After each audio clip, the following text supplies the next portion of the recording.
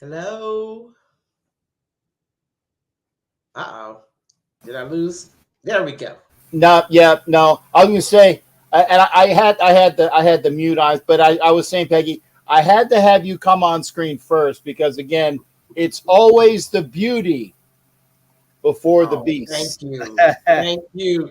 And now I wanna know you all guys are anxious to get started. Captain, I know you've been hashing over and over again that Monday night victory, but I really wanted to get some knowledge from both of you all about just how you received that game. I mean, Captain, you were there, Yes.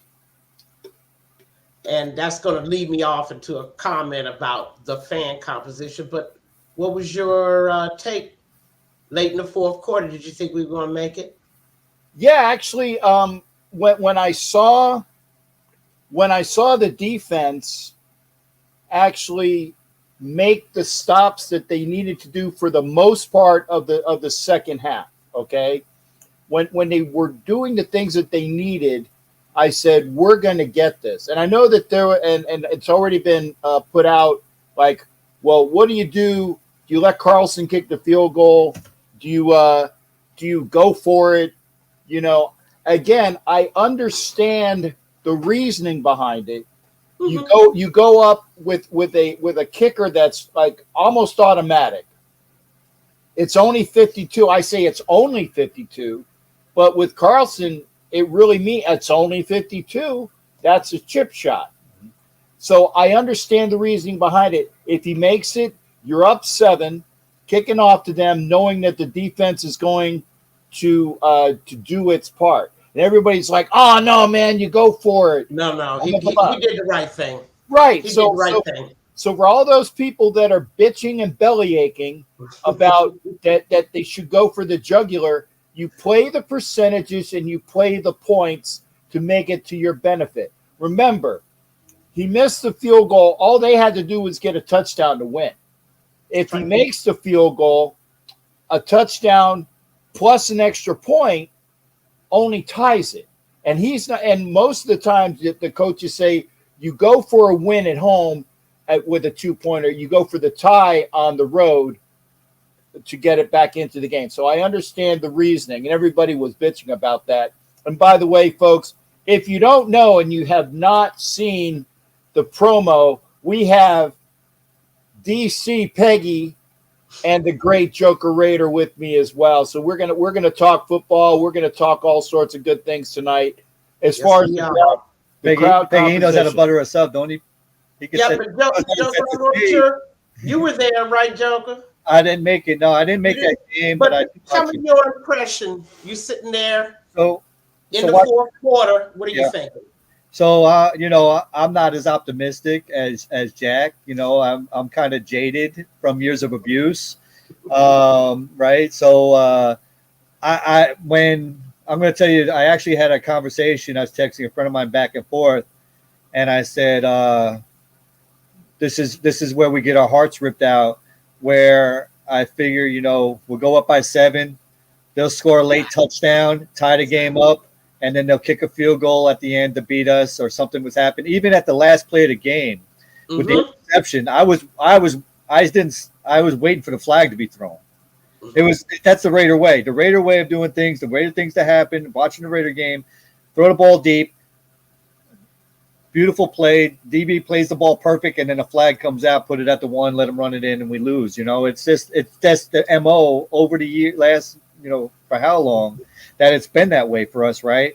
So Right. just to see that happen, the way we won that game, I have to say, to be honest, watching the game was probably the best defensive performance that we've had in a very, very long game at time. And if you look at the Charger game, the second half of the Charger game, pretty much, and that whole game in totality, it was a pretty good defensive unit out there playing.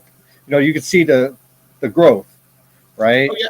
Yeah, And 45 yards, yeah, I just 35. wanted to give you some stats about that. What you just said, because this second straight game that the Raiders had threw a shutout in the fourth quarter, something miracle of miracles they haven't done in decades. Right. This also the third straight game that we have had a goal line stand.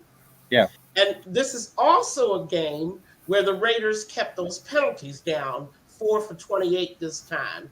Yep. I had a good feeling going into the fourth quarter with that defense. Yep. And I want to roll off into something that we always do, Captain, together, the breakdown. I want some grades. Oh yeah, she's a hard grader. I guess I'm like the kindergarten teacher that gives out the go. You're special, and you're special too. Oh, Everybody gets a darn. star. And Everybody and gets a and star. and Joker, I'd like to start with you. Yeah. Give me a grade for the offensive So, performance. all right. So, and I have something else to add. When I had the opportunity, I'm going to add something else in there from what we were talking about. But from an offensive performance, they looked out of sync. The timing isn't there. You can see the frustration with Devontae Adams still. Game five, man, you. Game five. Go Yeah. ahead. And Mhm.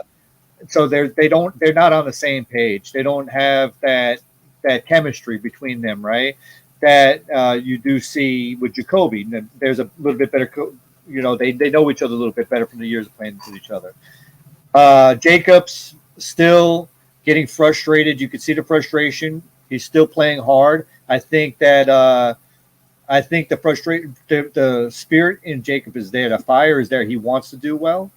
The frustration, the chemistry with the offensive line is still there's they don't have it. So I think that grade at best, because we got the dub, was at best a C minus. At the best, a C minus offensively. Garoppolo, a lot of his throws were late. The interception that he threw was horrible. That wasn't even close.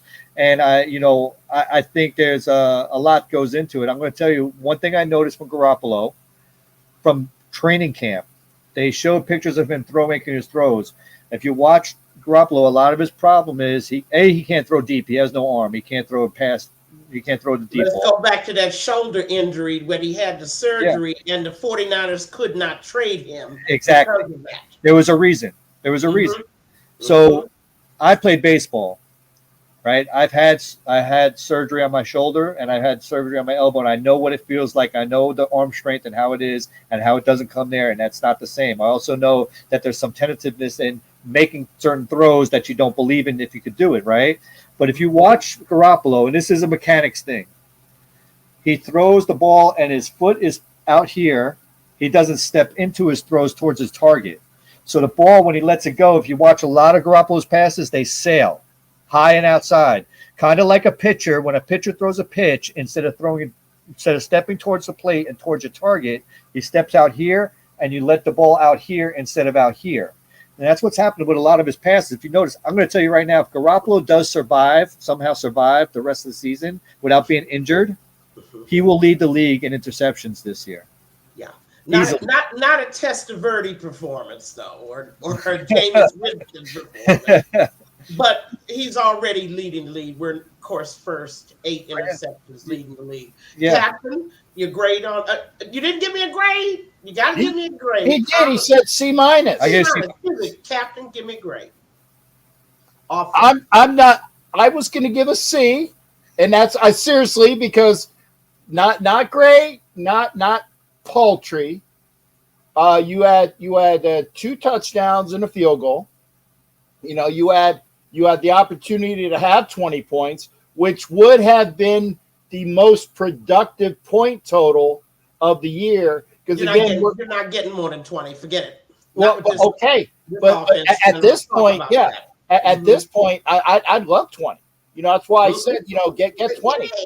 Let's get 20. Let's get 21. Let's get 3 touchdowns sometime. Let's not do happening.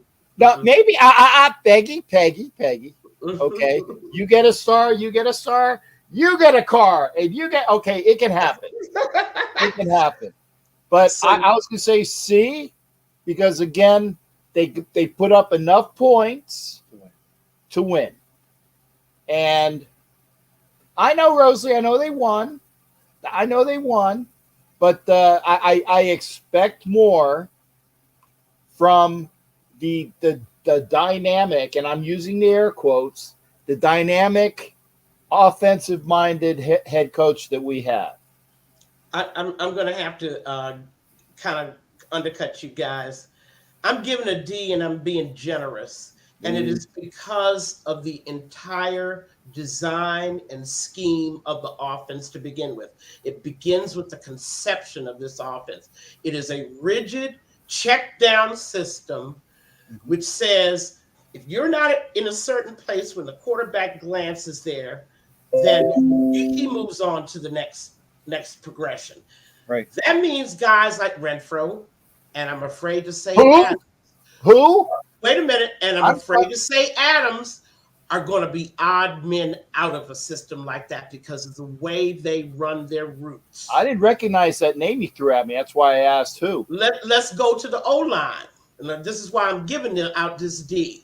For 5 straight games, and you know I have a picture of Carmen Brasillo on my wall now. I'm And I'm setting sure up it the has a bunch of. dartboard. I was Okay. gonna say, I bet you it's the zero on your dartboard. That's right. He takes a line that gives us the league's leading rusher last year, only makes one change, right? Van Ruten, right? Only one change, and now they can't block for a cat. And let me go to Josh Jacobs while we're at it, who has reverted to his style in the second and third years where he just runs up behind his blockers. He doesn't, like he did last year, hesitate, Make look and see where there might be daylight and room, and the cutback lanes not there.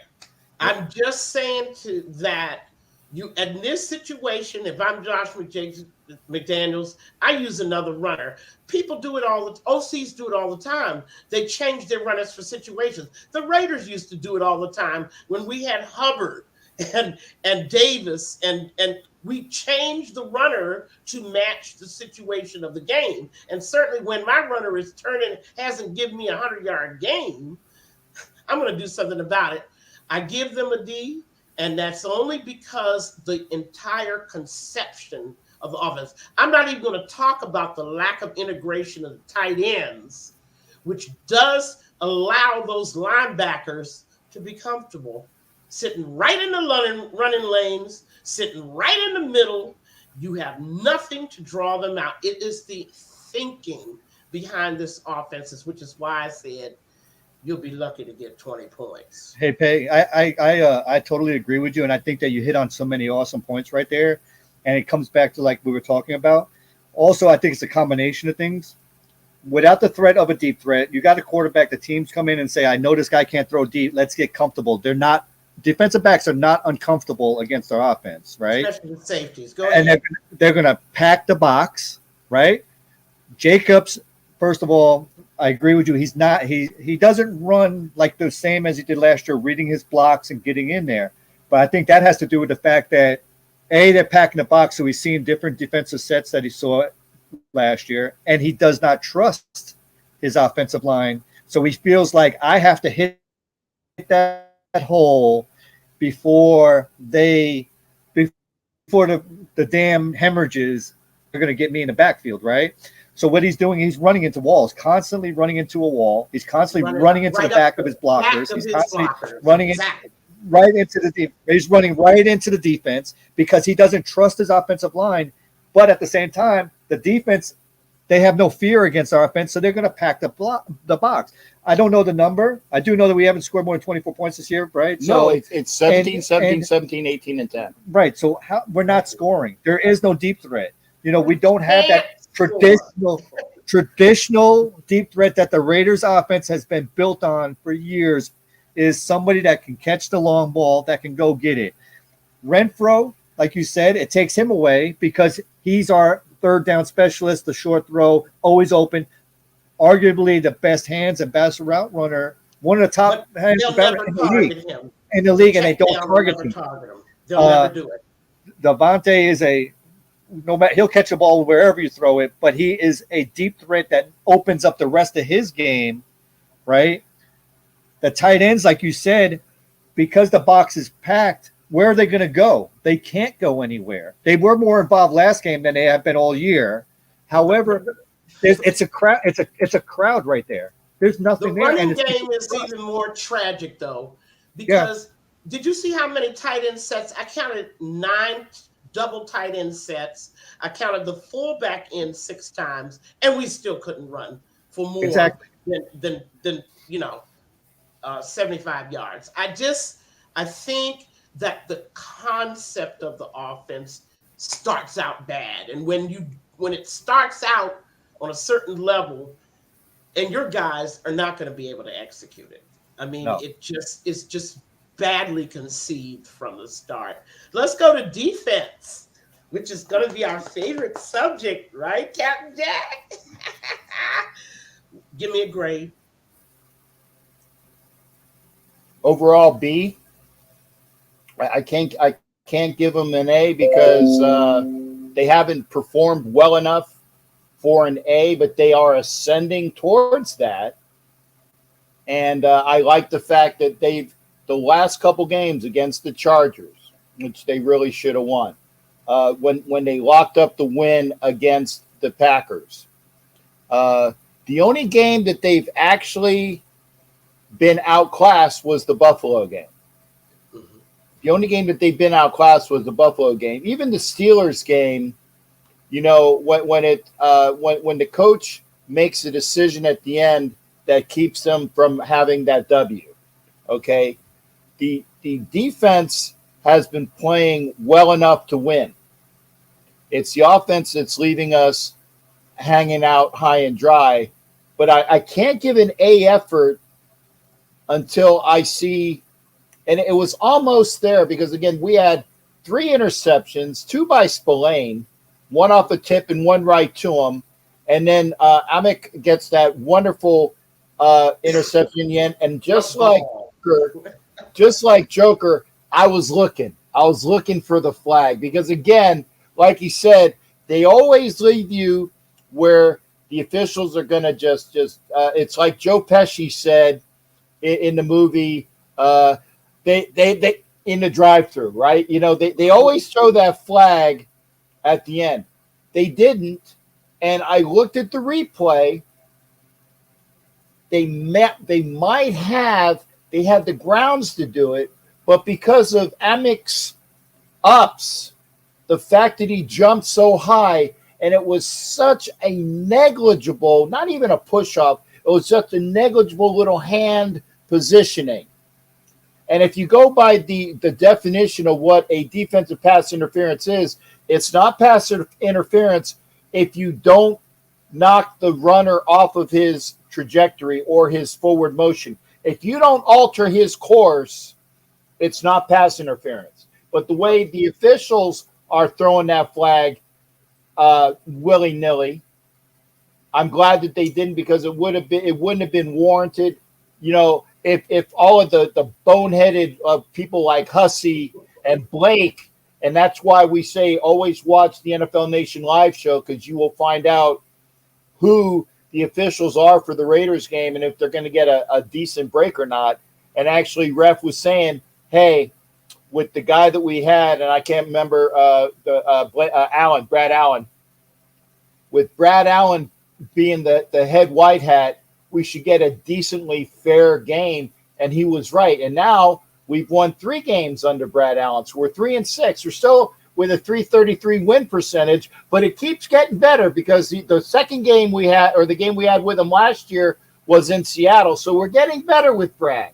But at least with Brad and Sarah is on his crew, it was a decent crew. And as you stated, the Raiders didn't get flagged for a lot of bullcrap games or bullcrap penalties overall.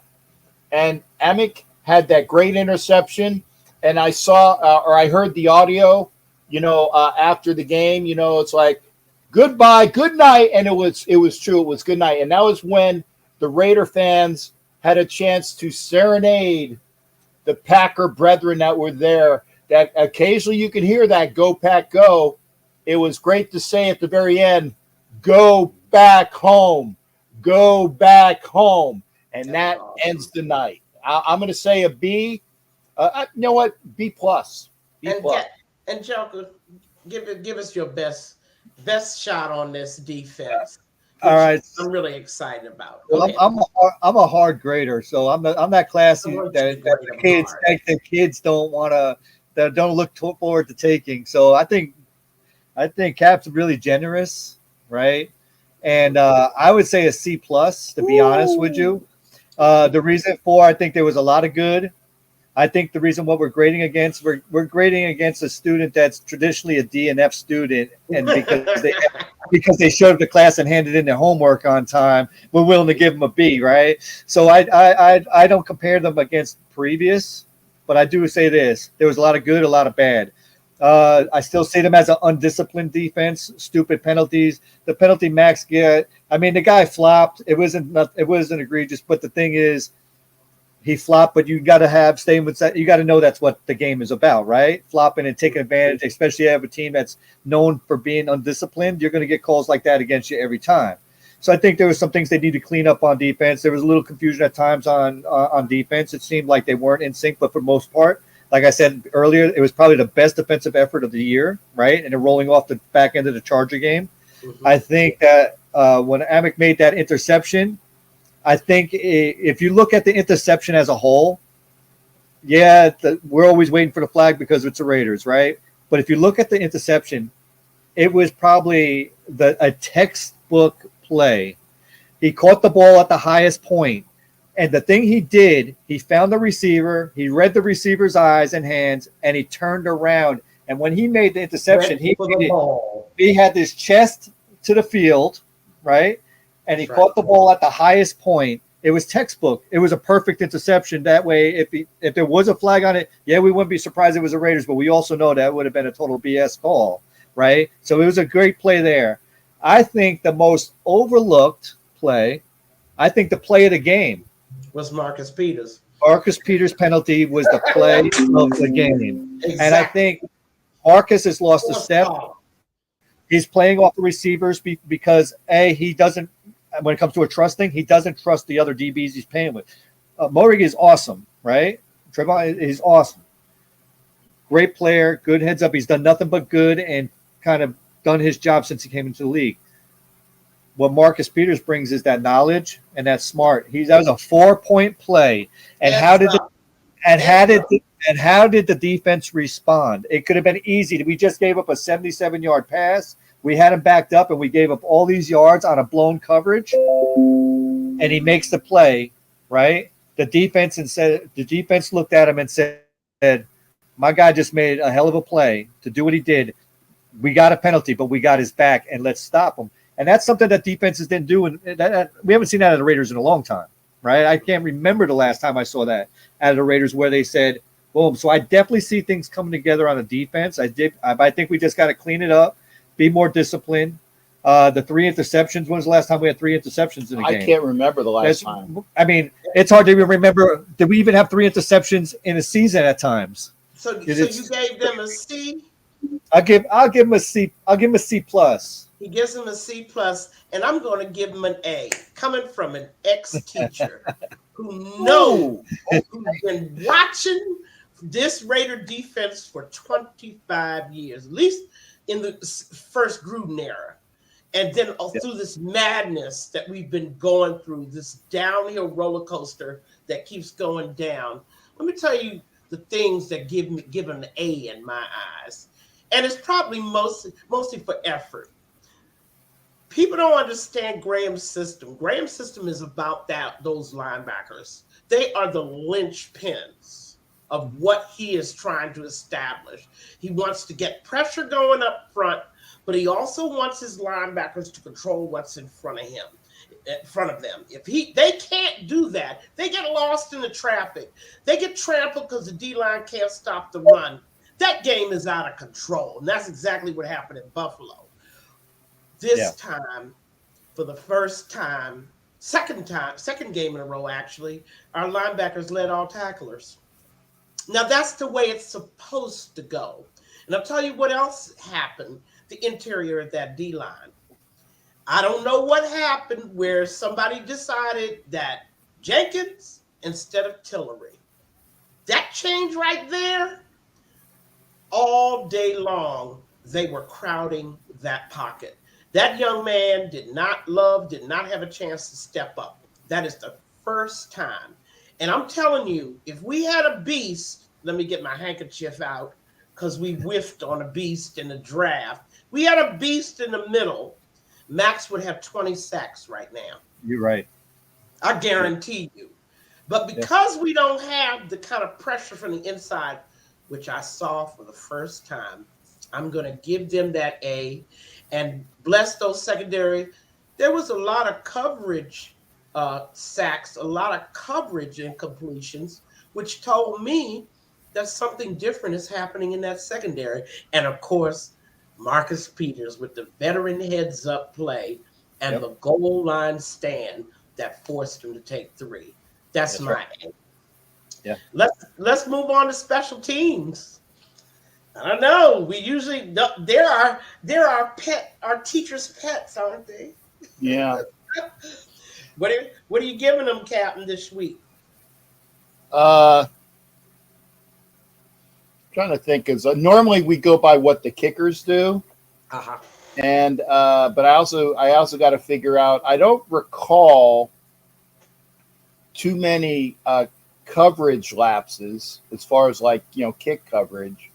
So having said that, I'll give them a C because no average because we made the one field goal. Carlson uprighted the other field goal. Punts were decent. No big coverage lapses. So if you go by the grand scale, nothing great, nothing disastrous. C. And Joker for the special teams. Yeah, I think I'll have to go with a generous C, because of the two missed field goals. Mm-hmm. Carlson's one of the best. He's one of the top kickers in the league. Always consistent. 52.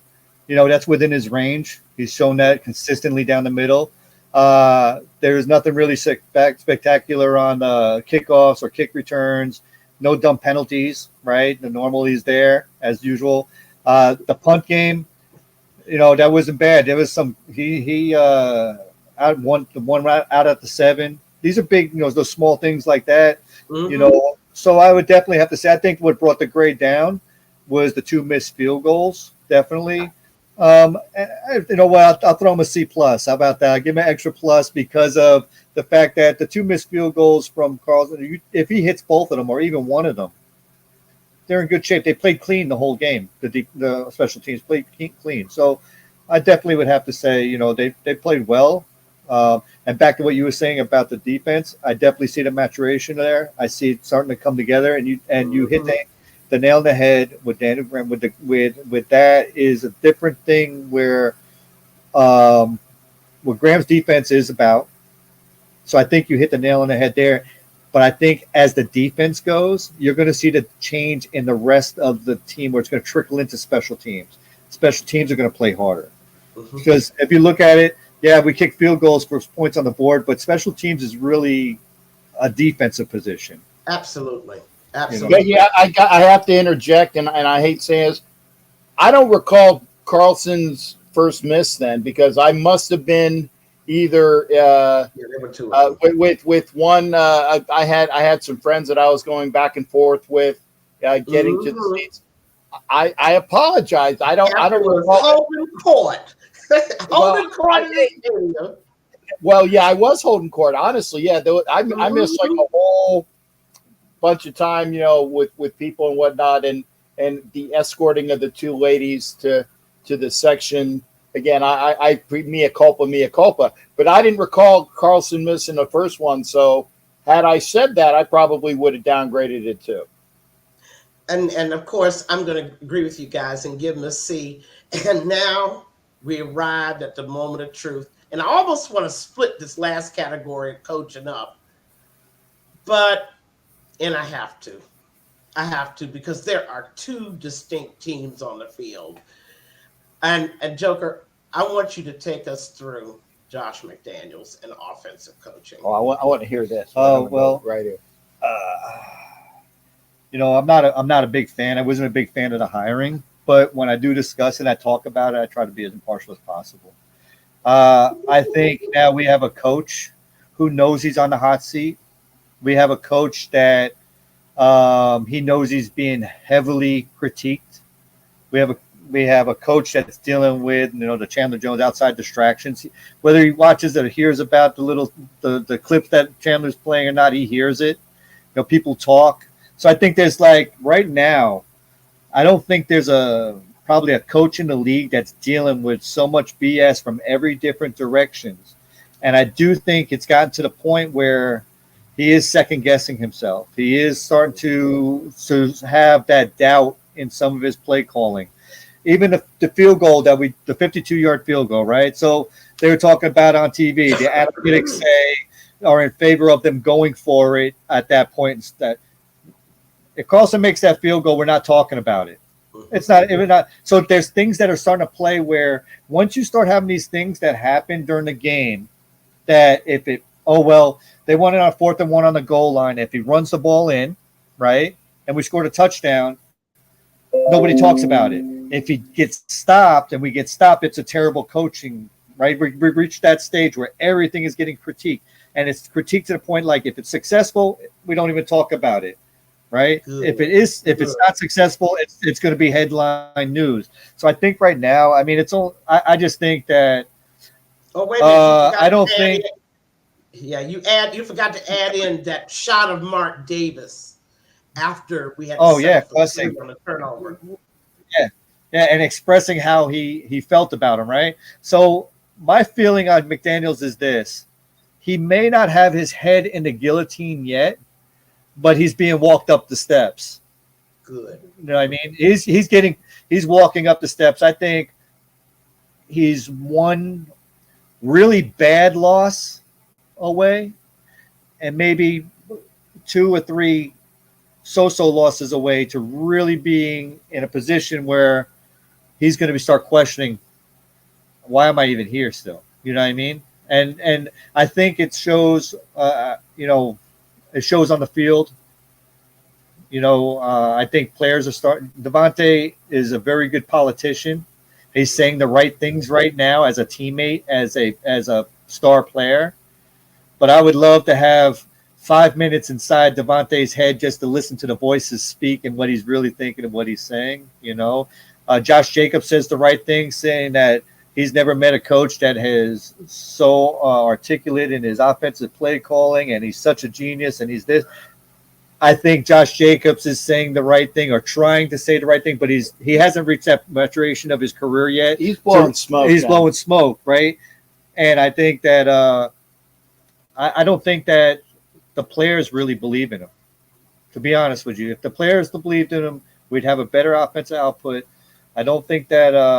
I think he's questioning himself, and like I said, his head may not be in the guillotine, but he's being walked. It's only a matter of time.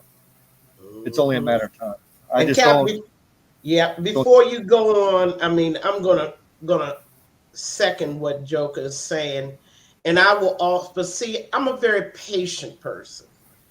I believe that gravity pulls down the stuff that's lowest to the ground, and sooner or later, this dead branch, yet another dead branch of the Belichick coaching tree, will show himself, also like his brethren, to not have an understanding about how to manage a team. And this is something you could place on every one of them. Start Charlie Weiss, Romeo Crennel. Let's go down the list. Bill O'Brien. I want to talk about Vrabel, but he got to get fired first down in Tennessee. I was going to say, I always throw. He wasn't a coach; he was a player, so we'll give him a partial pass. What I'm talking, and of course, the boy that got fired at the Giants, Johnson. What is his name? Joe Johnson. Joe Judge. Judge. Excuse me. I mean, what are we talking about here?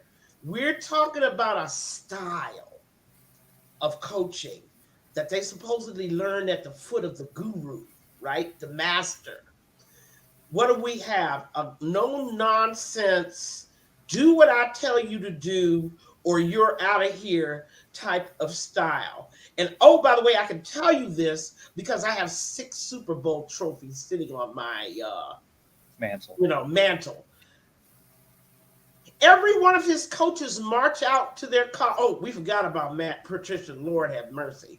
up there in No, no, we Giants. didn't forget What about a him. You're just disaster. nice enough.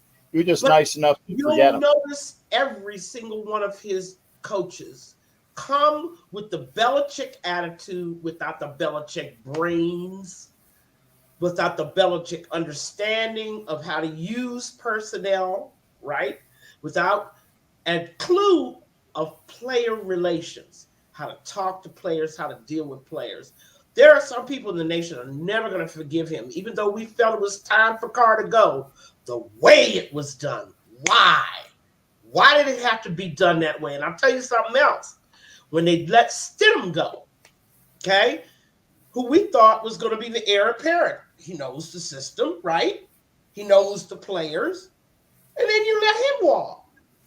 What coach that wants to win does things the way he's doing? The inexplicable turnaround of that O line, an O line that blocked for the league's leading rusher, is pure trash now. How does that happen in an off season? We're down to McDaniels, and I have to say we are committed. I said this to you before the show, but sooner or later, that Belichick thing that they carry with them, all of them that come out of all those assistants and coordinators that come out, is going to lose him this job. And as far as his offense, a complete F. Captain, You think Peggy, that I think what we're seeing, right? And you went over every player that was in Belichick's in that tree, right? yeah. Do you think that I think this, just like some coaches are good coaches, but they're not good head coaches, right? McDaniels, there's something about him. He has knowledge. You know, whether you like him or not, you have to acknowledge the fact that he is in football and he's an NFL head coach and assistant coach for a reason, right? I think it also comes down. This is what happens when you have people that work in your organization and become victims of micromanaging. Mhm. That when you actually leave or give them the opportunity to work on their own, they know how the pieces are. They have all the pieces. They just don't know how to put them together because they don't have that it factor to be able to do it that the guy that was running the show did have. You know, people forget about Belichick when he was in Cleveland, right? McDaniels is Belichick in Cleveland, basically. People don't want to play for him. They don't want to do No, no, anything for no. him. He Martin, he already doesn't. had that tour in Denver. Excuse me. Yeah, and Denver, Denver, exactly. We stood in Denver, Denver. he was Belichick in Cleveland. This is his Exactly. second. This is his second Exactly. chance, and And I think still, what it is, this he is just don't have it. micromanaging at its best, and the workers that work for you don't know how to do their job, right? Mhm. Because of the fact that they were yes men, they did what they were told. They did have a game plan, but we're going to pick and choose what part of your game plan we want to use. But I have ultimate control. I have ultimate say. This is the play we're going to run offense and defensively. So we talk about Belichick not being successful without Brady, right? Brady knew how. Brady knew how to run. Brady knew how to run that offense. And I would like to. It'd be so interesting to know how many plays did Brady run that may have went against what Belichick wanted to do, but if it was successful and he was able to do it, not much was said about it, right? But the thing is, I think it's a victim of micromanaging and not actually teaching these guys and grooming them how to be coaches, head coaches, Captain, and that they're you'll stuck. say on this offensive coaching. Yep, I know you've been thinking about it. Yeah. I first off, you forgot about Eric Mangini. Oh yes, let's not forget about Let, the let, let's snitch. let's The get snitch. let's make sure that the list is complete because you left off Mangini, and I'm like, and that's always the first guy, right? He was actually the Mhm. first guy, if I'm not mistaken. Oh, and Bill O'Brien. Well, I talked about O'Brien in Houston, Oh, who I'm completely sorry. who completely burned the franchise down. By the way, but go ahead. Yeah, I'm sorry if I I mean, missed that was that. an arson job down in Yeah, Houston. yeah. But I would also say if we're going coaching, D, that's Delta, by the way. But Very I'm good, good. and that's my grade. But before I go there, I'm going to say this: for all those that are ready to lynch and to get the fire sticks out and do the burning Don't like waste you your do with time. Frankenstein for McDaniel, and you also say we see the locker room, in disarray. We don't know that yet.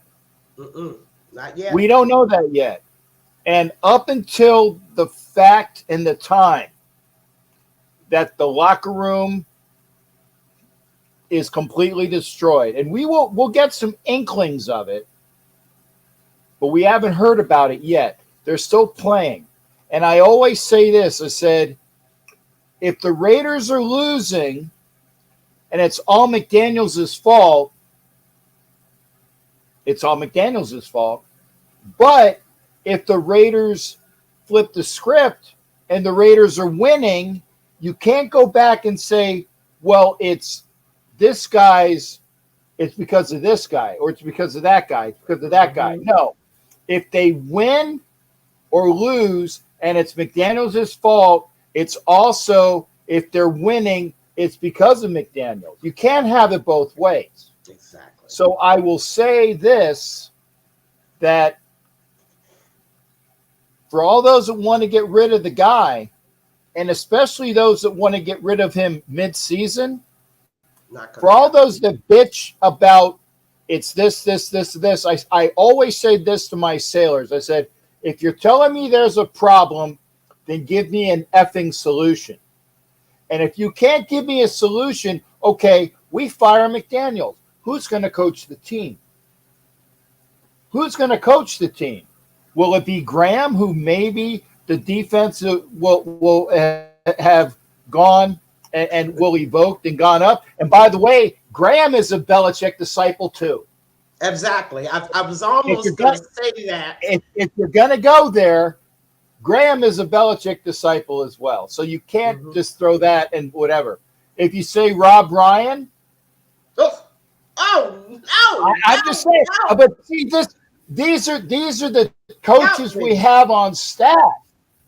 These are the coaches we have on staff. So for all those that are bitching about McDaniels this, McDaniels that, McDaniels the other, okay, you got to give me a solution. And right now there is no solution, and that's why I say up until the time that it is out that he's lost the locker room, McDaniels will be the coach through the end of the year, and the Raiders' record will dictate whether it's beyond this year or not. And I And gave you Joker, my grade. It was a D. and Joker, and I'm gonna tell you, you do not have to worry about this. I guarantee you, Mark will have to do something about McDaniels. Oh, Points you already saw it. scored. Let me just run a few points of his vaunted offensive system. The guru, the genius from New England. We are 30th in points scored, Hey, 30th in I thought we were yards. last. Not bad. Excuse me, we must have moved up to sacks yielded ninth, 32nd in passes of 40 or more yards. We are first in INTs. We talked about that. We are 31st in rushing yards and 30th in yards per rush. This cannot be sustained. I don't care how good the defense eventually gets. A better team like a Buffalo is going to wipe our clock every time with an And they offense. did.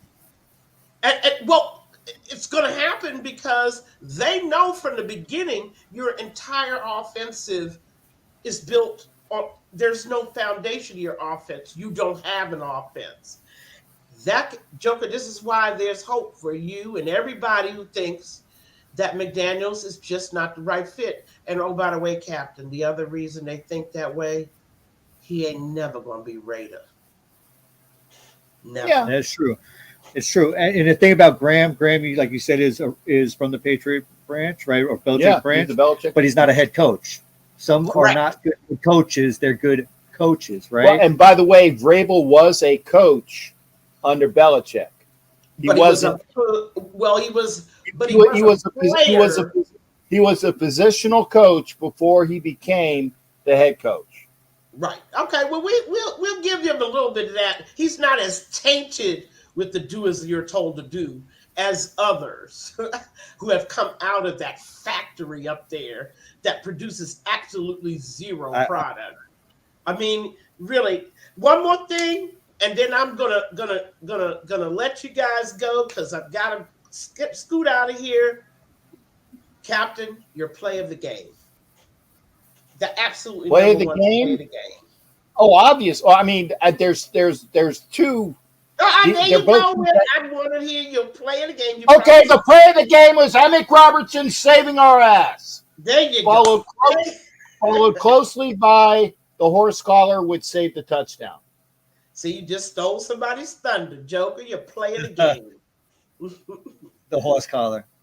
Marcus Peters, You- that change when he made that play and we had the goal line stance, it was like a different Raiders organized defense. It was a different feel to the game. It was like, holy shit, we actually stopped them, right? The Roberts, the interception was a, like I said, it was textbook, right?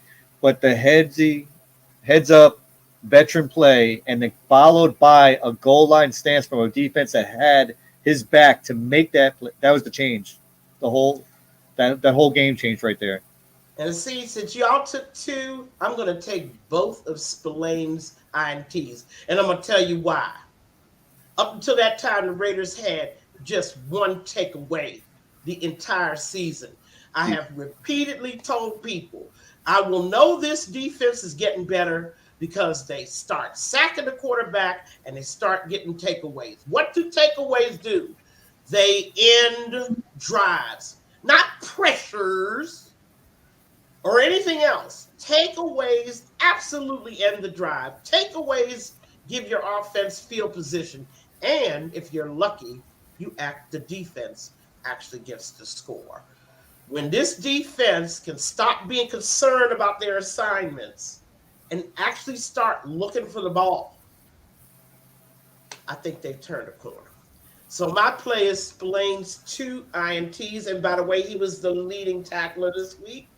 10 tackles, six solo tackles. So I think he had a good day. I really do.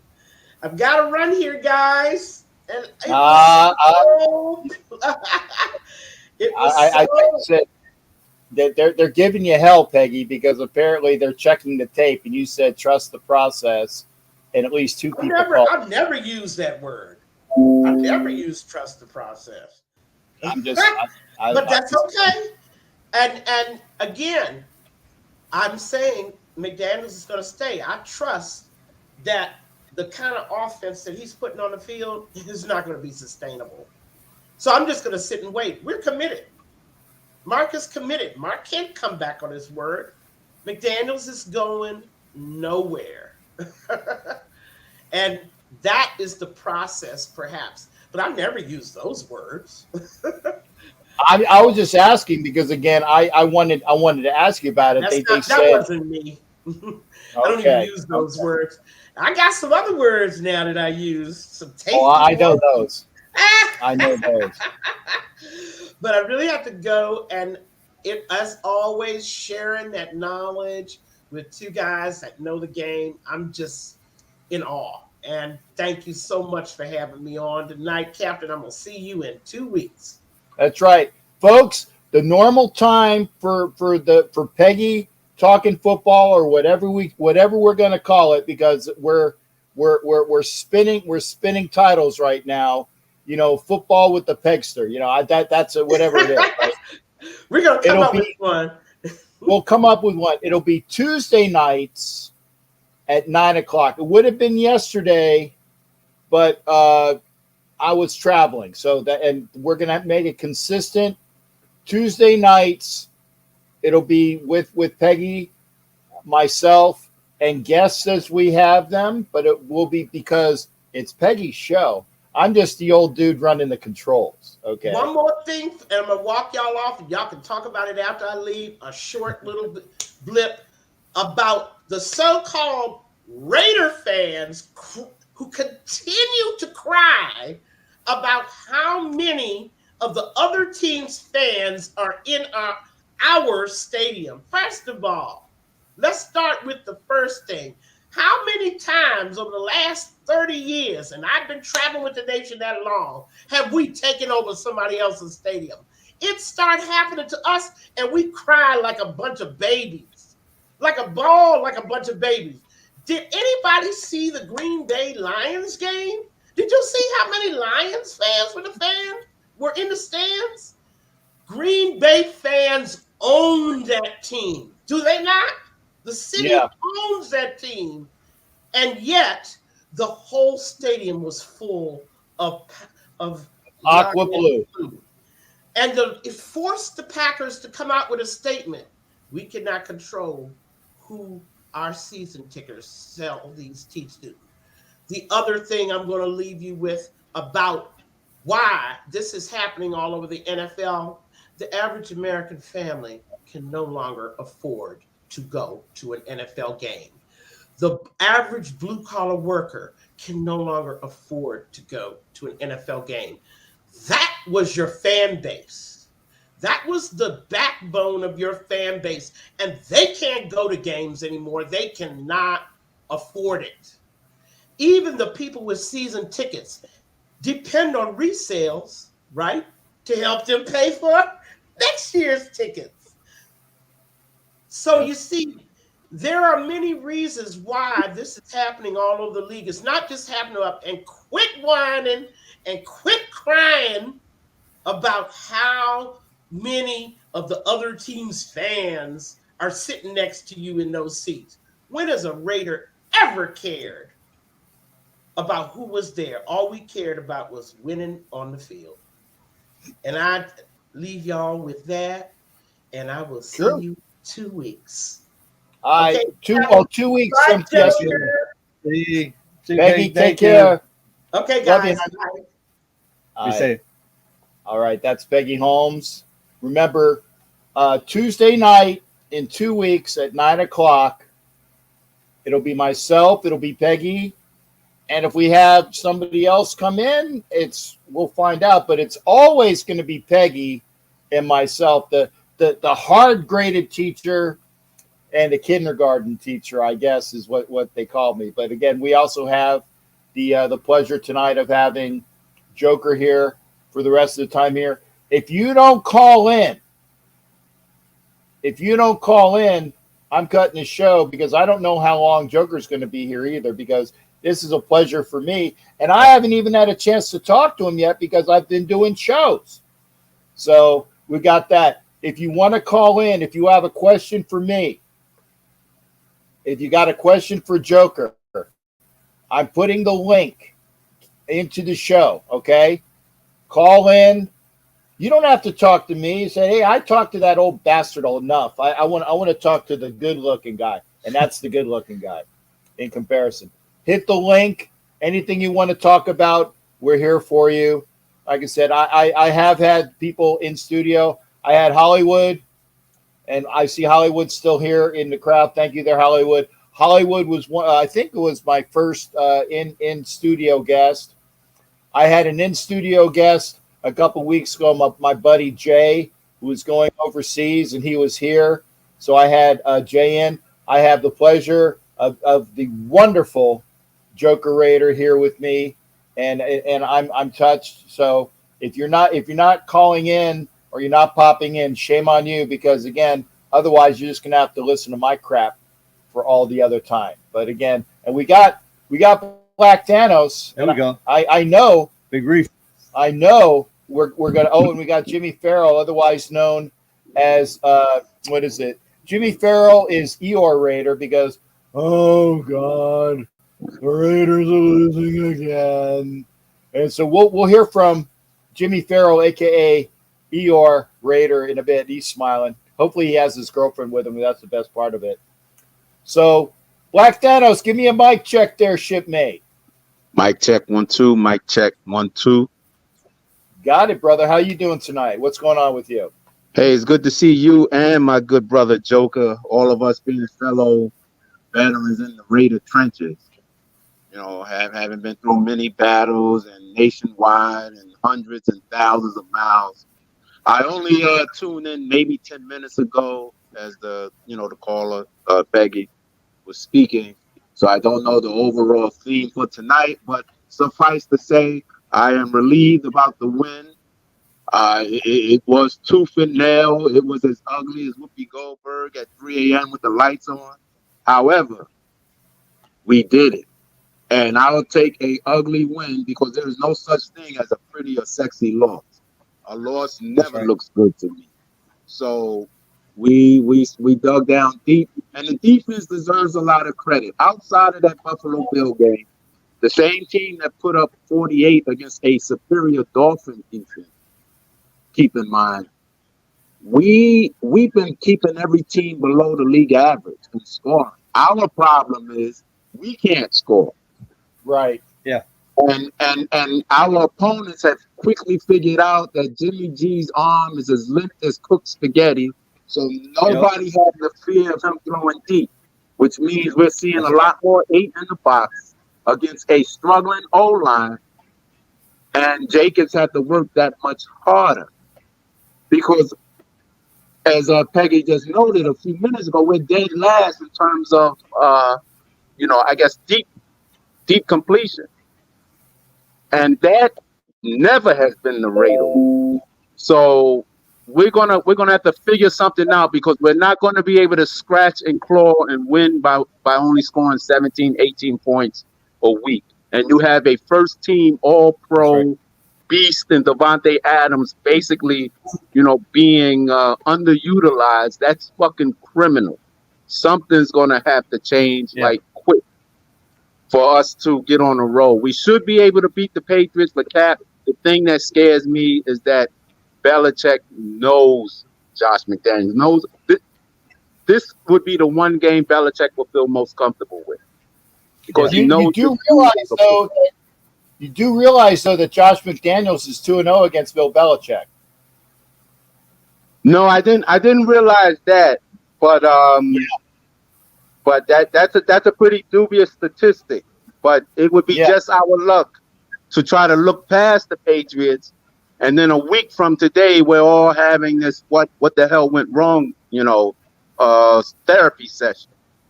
So let's not count our eggs before they're hatched.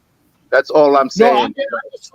people always throw up the fact that Belichick is like so overpowering against his former disciples, but Yeah, I will say that I do know that obviously we beat him last year on the Chandler Jones pick reception, okay, right. or pick a fumble, whatever the hell you want to call it, and McDaniel also beat him when he was the Donkeys head coach, so he is 2-0 against Bill Belichick.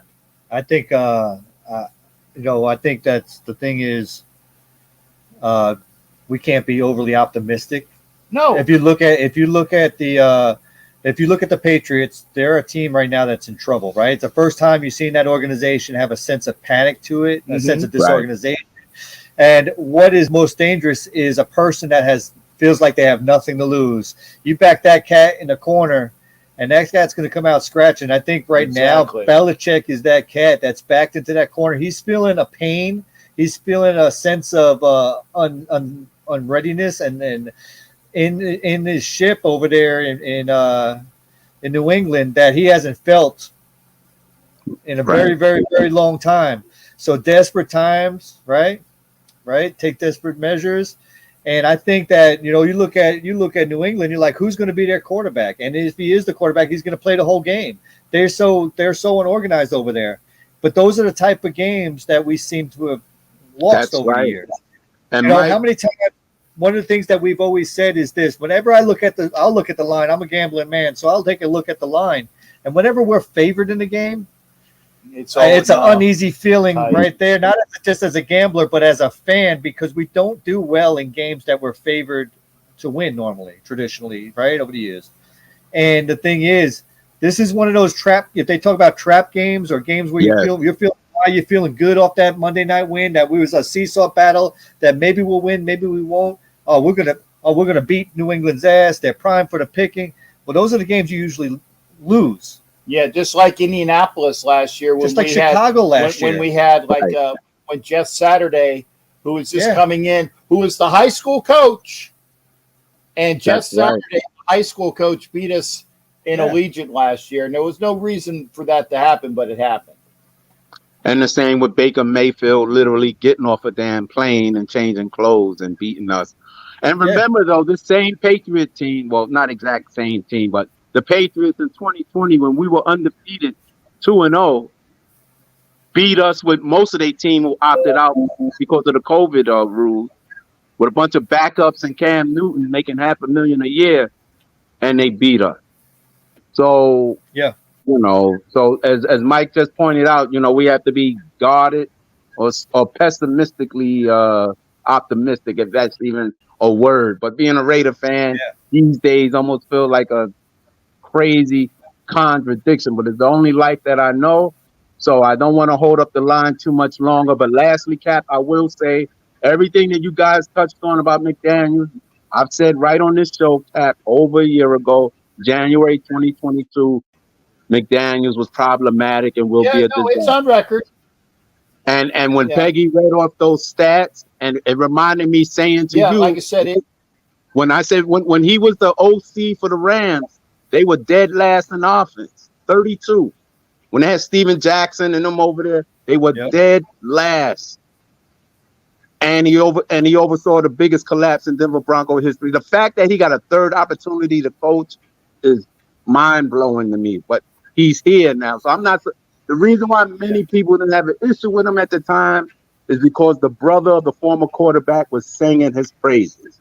He was all over the airwaves talking about this is a perfect match, and everyone fell in love with the possibility of the former quarterback and this guy flourishing together, and it did not work. And that's when the sentiment changed. I knew he was going to be a disaster before he even coached his first game. And I'm and on like I record. said, Thanos, I was going to say, and I say this and I mean this. I am not the biggest McDaniel supporter. I'm not one that wants to lynch him or tie him to a yard arm. If I think I'll probably use that one because I don't want to offend anybody with the lynching thing. But I don't want to tie him to the yard arm or keel haul him. Okay. The point is that as he goes, as the team goes, is just the way it is. If we win with him. If we lose with him.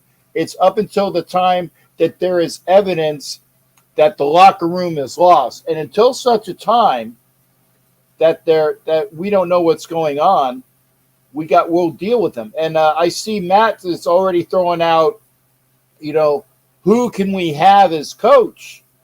Okay, right now Harbaugh is still the Michigan coach, and until such a time as he's available, it's a pipe dream. Until such a time that there is somebody of stature that's available, it's going to be McDaniels and whoever we have as an interim if you get rid of them. So that's why I said don't say we got to get rid of the guy until you figure out who we're going to have in his stead. Joker, anything else as well? No, I think you pretty much touched on everything there, and I just think it's a matter of time. I just think you saw the frustration on Mark Davis. You saw the abuse he took in L.A. I was in L.A. Right. And you saw the abuse he was taken by the fans in L.A. And you saw the look on his face and the frustration mount. And then you get on Monday Night Football, everybody was a lip reader, that night when he made the comments he made about McDaniels and the play calling that night. So it's pretty much only a matter of time. And I think that's right. Remember, he fired Dennis Allen week 4 with a far inferior team on paper.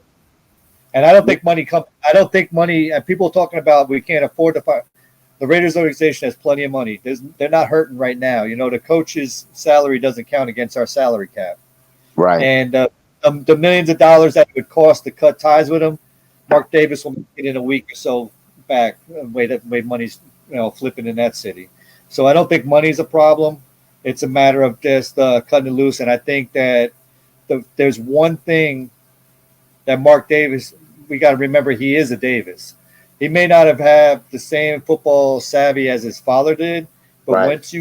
once you push him to that perspective and he gets frustrated and he loses control, I think you're going to see a little Al Davis come out of him. And I think that it's going to be a fairly ugly ending to McDaniels. You know, it's the writing's on the wall. It's only a matter of time. It's not a matter of if it's going to happen. It's when it's going to happen. I agree, bro. Well, with that said, maybe I'll see you guys in Chicago. If not, definitely Miami. And you will see yours truly, the deliverer wins Black Thanos probably at the Vikings game. But I hope we can string together a few wins. That's what we haven't been able to do for a number of years. We're able to string together losses easily. But this Yeah. winning thing is like we got amnesia now. And this is the perfect time to do it with seemingly beatable opponents before us. That's going to be the And, biggest challenge. and that's why I said, God, if the Raiders win, and like I said, don't put it past the Raiders to lose to the Patriots. But I'm just saying, let's just say if the Raiders beat New England, they're 3-3. If they beat Chicago, which they should because they have a better team than Chicago, then they'll be 4-3. Now, granted, they'll go on the next week and get their ass kicked in Detroit, as I say on my NFL Nation live show. So they'll be 4-4 at best at the midpoint of the season. You know, I know it's a 17-game season. But I'm just saying we'll count 8 as midpoint. They would be 500 at best if all things go their way at that midpoint. And I will say this as well. If McDaniels can steer the ship and not get a 70 burger thrown on him against the Dolphins in Miami, if they do get a 70 burger thrown on them against Miami, and don't tell me that the other McDaniel It's going to happen to Detroit. hasn't. Well, yeah, it might happen to Detroit. It's going to happen to Detroit. Yeah, if it doesn't happen, then don't tell me that because McDaniel of Miami has gotten people saying you should have went for 73. You should have went for 73. You should have went for 73. If he gets an opportunity to do it again, I think he learned his lesson, said, I'm going for the record. Wow. So it might happen. Ooh, man, yeah, that's a horrific thought. Perish the thought. But we made enough previous history lately, so I don't want to be on the receiving end of that. But I can see them putting up a half a century on us if we don't get a rhythm or reestablish the run game at minimum. That's the biggest difference between this year and last year, really. Everything else is almost identical. As we said, right, as we stated, and I don't know whether you had a chance to hear it, but when Joker was talking about the fact is, because Peggy alluded to it, and I'll start it and I'll let him finish it, is when Peggy was alluding to Josh has reverted back to his years prior to last year, where he was just running up the ass of the guy in front of him without looking. Go ahead and finish the thought there. Yeah, Joker. I just feel like that. There's a lot of. It's crazy to say this, but there's no trust, and what I mean by that is Josh Jacobs does not trust his offensive line enough to hold his blocks to stay to wait for a play to develop.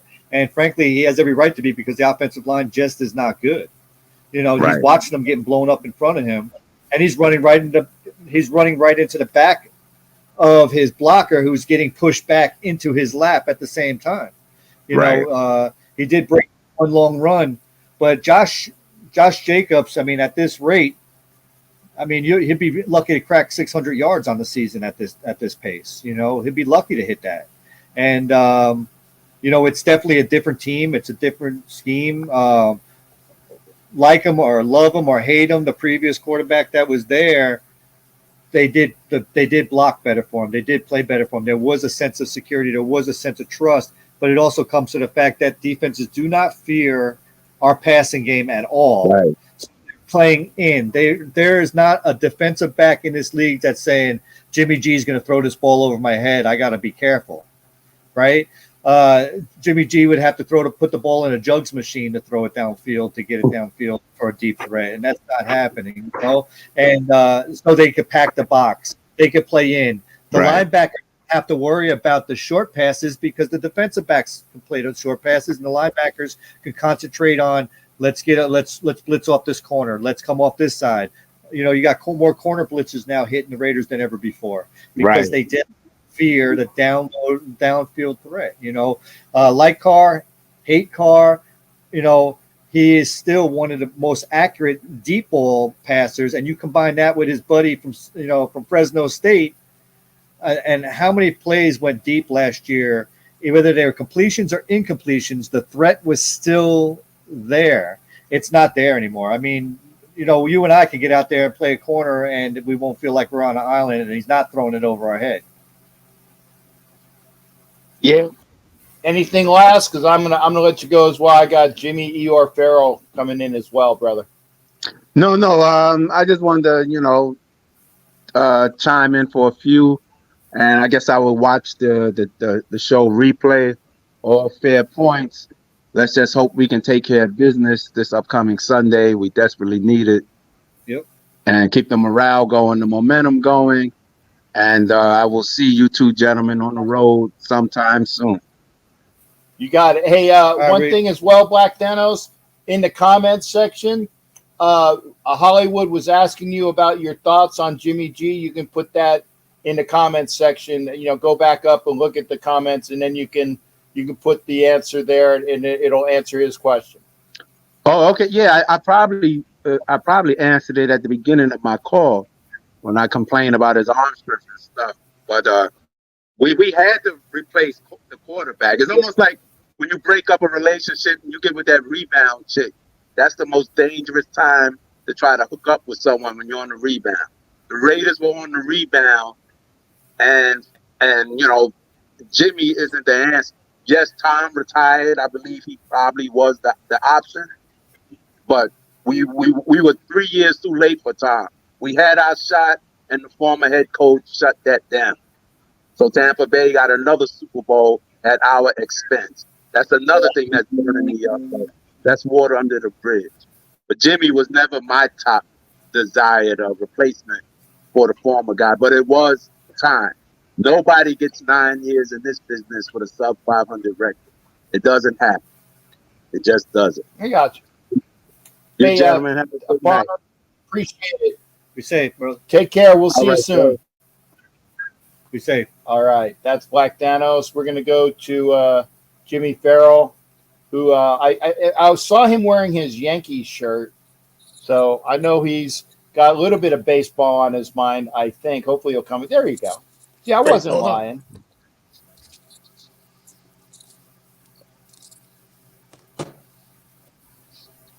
Hockey season, baby. Yeah, it's his Islanders hat. Let the How you games doing there, begin. Jimmy? What's going on tonight, partner? What's your best? I'm doing a lot better than the Dodgers are doing right now. Yeah, I was gonna say I was watching them, 4 solo home runs. Hey, the Phillies smacked 6 tonight, so that's the record. So, and it's still early yet. So the Diamondbacks have a chance to at least tie them, if not break it. But the manager took the pitcher out. I don't understand why. They only have 42 pitchers, and it's only the 4th inning.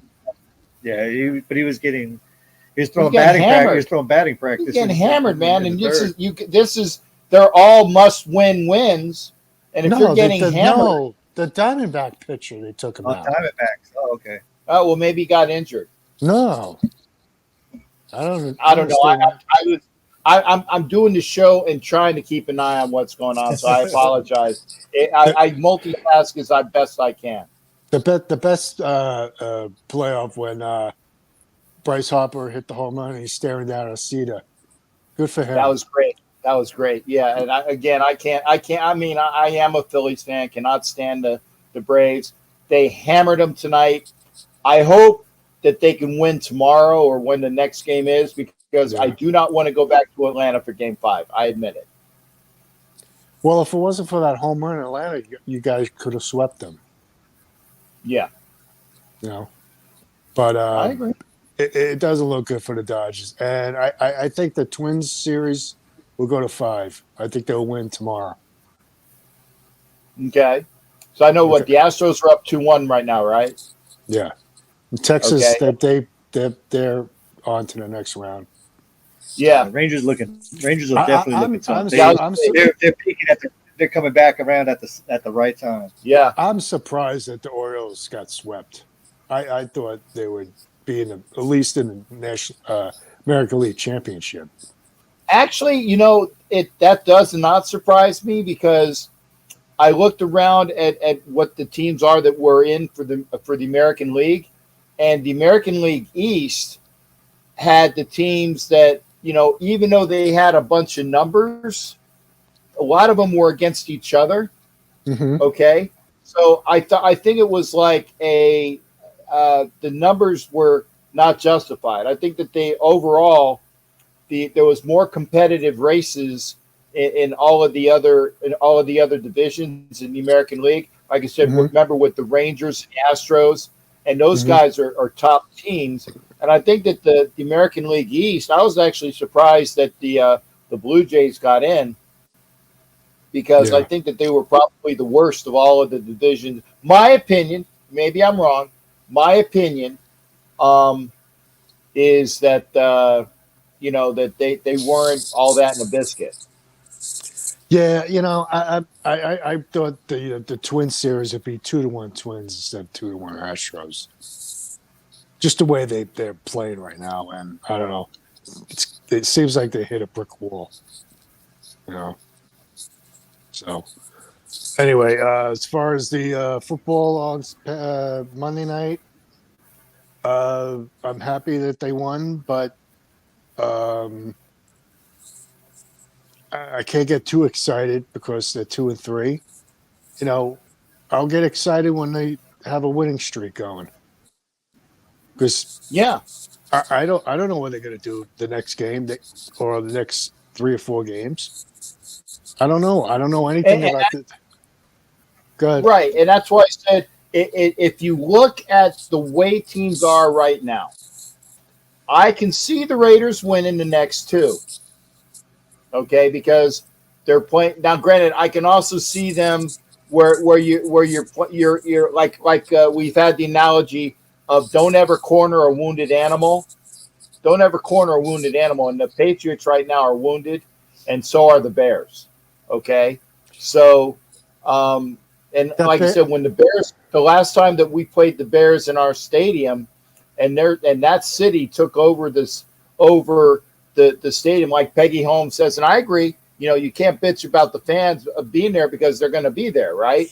But Mhm. the Bears kicked our ass that day, and it was horrible to watch the ass kicking that we had in that stadium. So, are we going to go to Soldier Field and do the same? Depends. We can, but are we going to be able to have our defense continue to play upwards and upwards and upwards, and hopefully our offense can like I said, scoring 20 at this point would be monumental because they Mhm. haven't done it. So we need them to do that as well. I I think feel to bring us back down to earth is going to be the Detroit game. I think these games that we play against the Jets, the Giants, the Bears, and the Patriots are four very similar type of teams in their way they're playing these days, right? Four similar type of teams. And those are games that we look at that we say, oh, yeah, we should beat these teams because we're looking at the teams that we're playing as being bad teams also. But there are also games that if we go 2-2 in those 4 games, we wouldn't be surprised that we went 2-2. I think the Detroit game, if you look at that game, and I think it's because it's Detroit, I think that's probably outside of the Miami game, that's probably one of the scariest games of the season. It could get real ugly, real Mhm. fast right now, and I think that, because of the way it's Detroit, and I think that they're kind of still at that level where people aren't really giving them the kudos like they should be giving them. Oh yeah, And they're a scary team, a lot scarier than what they are, but they're Detroit. Everybody comes back. Yeah, but they're Detroit, right? How are they going to be able to sustain the I don't success? think so this year. I don't think that you can't say that this year. I think they're Not this year. I don't. I right. agree with that. I'm saying I agree Yeah. with you. I agree with you. Yeah. I'm saying that too. that I think there's too many people that are saying, oh, yeah, but the Detroit be like, you're not watching Detroit then, because this is a different Detroit team. This is a different Jared Goff than when he was with the Rams. This is a more mature Jared Goff that doesn't throw the stupid interceptions that he was throwing when he was with the Rams and when he first got to Detroit. He's throwing the ball better. He's throwing the ball more accurate, and he has weapons around him. Mm-hmm. Right. And I just think they're a dangerous team. And look at the trade when they traded Bookoff, and they got draft picks, and those draft picks are turning out really well. Right. Now, you know. To go back to the Bear game, I just think that game's going to be a trap game because for some reason the Raiders don't play well in Chicago. I don't know what it is. They just don't, you know. And I don't know. Like I said before, I'm just going to take each game, week to week and see what happens because I don't know what this team is yet. I really don't. So. Yeah, obviously, I remember the game in Chicago where it was kill the quarterback game where we knocked out two of their quarterbacks. They knocked out two of our quarterbacks, although the second stringer came back. I think Mike Ray came back, or maybe they went back to Stabler. I can't remember. But they because Ray Guy was ready to come in on that game. And John Madden's like, oh, no, you're not. It's like I throw out a hobbled, and I can't remember which quarterback it was, as hobbled as he was, but he completed the game because Madden was not going to have Ray Guy in the game. So, I think the last time I remember them playing in Chicago, Devin Hester ran at least one, if not two, returns on us for scores a long time ago. We beat them in London, but that was when we gave up one of our home games for that. Yeah. So that was a home win. But again, I don't know, and we'll see how it is. We'll see how it is. Right. Yeah, that's all I got to say. Well, the last thing I want to say, watching that comment by Mark Davis, if you don't like the guy, get rid of him. But I understand why you can't get rid of him, because then you got to pay him. But to get caught on TV and make that comment to your own coach, that's bad. And Jimmy, again, because I was at the game, I understand he's pissed off. Okay, I get it, but like I said, I saw the comment on social media, and I saw the TikTok video where they spliced together, and I don't know whether it was like that in real time, because in video, when you make a video, you can splice together pieces. I saw McDaniels, I saw Mark Davis say, "What an asshole," and that's what I saw. I don't know whether that occurred in that order, because when it said "what an asshole," I said, "Well, was that the real video? Was that like unspliced, or did they chop it together?" I don't know, because I didn't see it because I was at the game. So I will allow you to elaborate if it was immediately after McDaniels did something and he said, "What an asshole." I don't know. It was after they kicked the field goal, and he's talking to this young woman. That can't be his girlfriend. He must have paid her to be his girlfriend. All right, and you could see his lips. It's like he's shaking his head like this. He's like, "What a fucking asshole," or something like that. No, I didn't see fuck. I just saw "what an asshole." But not to mention, it could have been like Jack said. It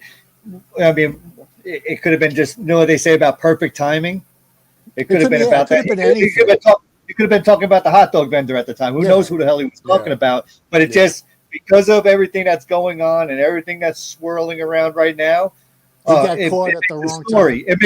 It makes a great story. If it's in there perfect, if you're telling the story, that's a perfect thing to do, because he may have been saying it, but we were all thinking it. And that's another part of it too that comes Well, into it. well, why did McDaniels did go for it? He went on a couple of fourth downs and he got it. When did he go this time? I just think that it's the fact that he's just in a position where he doesn't know to get off the pot. He doesn't know what he But it's should only do. 1 yard. If you can't make a yard in football, you should just pack up and go home. But that's what we were talking about earlier. He's to the point where he's second guessed so much that he's second guessing himself now. So he just seems like somebody.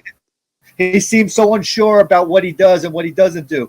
If he makes the field goal, it's like, all right, we did the right play. If he doesn't make the field goal, oh my God, why the fuck didn't he go for it on first down? If he goes for it first down and they get stopped, what an asshole. Just take the points. Why didn't you take the points? So it doesn't matter. He cannot do he's to the point where things have gotten so bad, he cannot do anything right.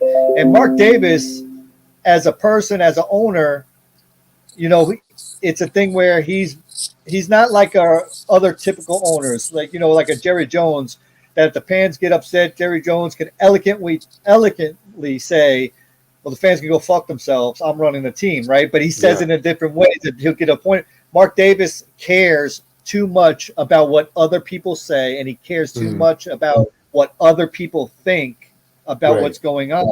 And he's an unsure of himself owner also. So he's the hamster inside his head is going crazy. He's got a windfall of money all of a sudden in the last couple of years. His team is becoming popular, not for the right reasons, but because of monetary reasons. They're a ticket that people want to go. People want to be halftime performers, and stuff like this. There's so much going on, but he cares too much about how the show is going instead of just saying, let me push it out and let's go. I think that's it's a combination of things. But when it comes to that comment, I think it just fit in perfectly because, first of all, we all feel that way. The majority of people feel that way or saying that to ourselves. So we want to believe it, and perception is everything. And it was timing. So it could be one of those things where it's, somebody just hit the camera on him and he said it and he could have been talking about somebody else that did something different, or could have been somebody in the stands or anything. It could have been somebody holding up a sign saying "Fire McDaniels," or I don't anything, and he could have said, "What a fucking asshole." And by the way, the people, and I know at least two of them that have the Fire McDaniels signs. My one friend has a Fire McDaniels jersey. I said, dude, you're looking for trouble wearing it into the stadium. And the one guy that I know that actually had the Fire McDaniels jersey, he took his girlfriend to the game, and it was her first game. And he said he got the word not to do it because he said, you're going to get kicked out. He said, because I want my girlfriend to have a great experience for her first game, I took off their jersey. I said, that's smart. That's smart. I said, you can think it all you want. And the people that say what they want to say to Mark, first off, I don't think it's you're in your right league going up to the owner when he's in the press box in LA, and just berating him right there. It's not a good look. It's not a good look. It's not a good look for the guy who did it. Was in his private press box that overlooked things in LA, if I'm not mistaken, right? Because it's that close to the people that were underneath them, right? It's not a good look, and it doesn't do good for McDaniels or the guy that said it, and so it's a lose-lose because people are going to continually say, how effed up it is or that, it should happen. Again, I am not pro-McDaniels. I'm not anti-McDaniels. And by the way, they don't call me to say, hey, Cap, what do you think? You've been a fan for over 50 years. We want your opinion.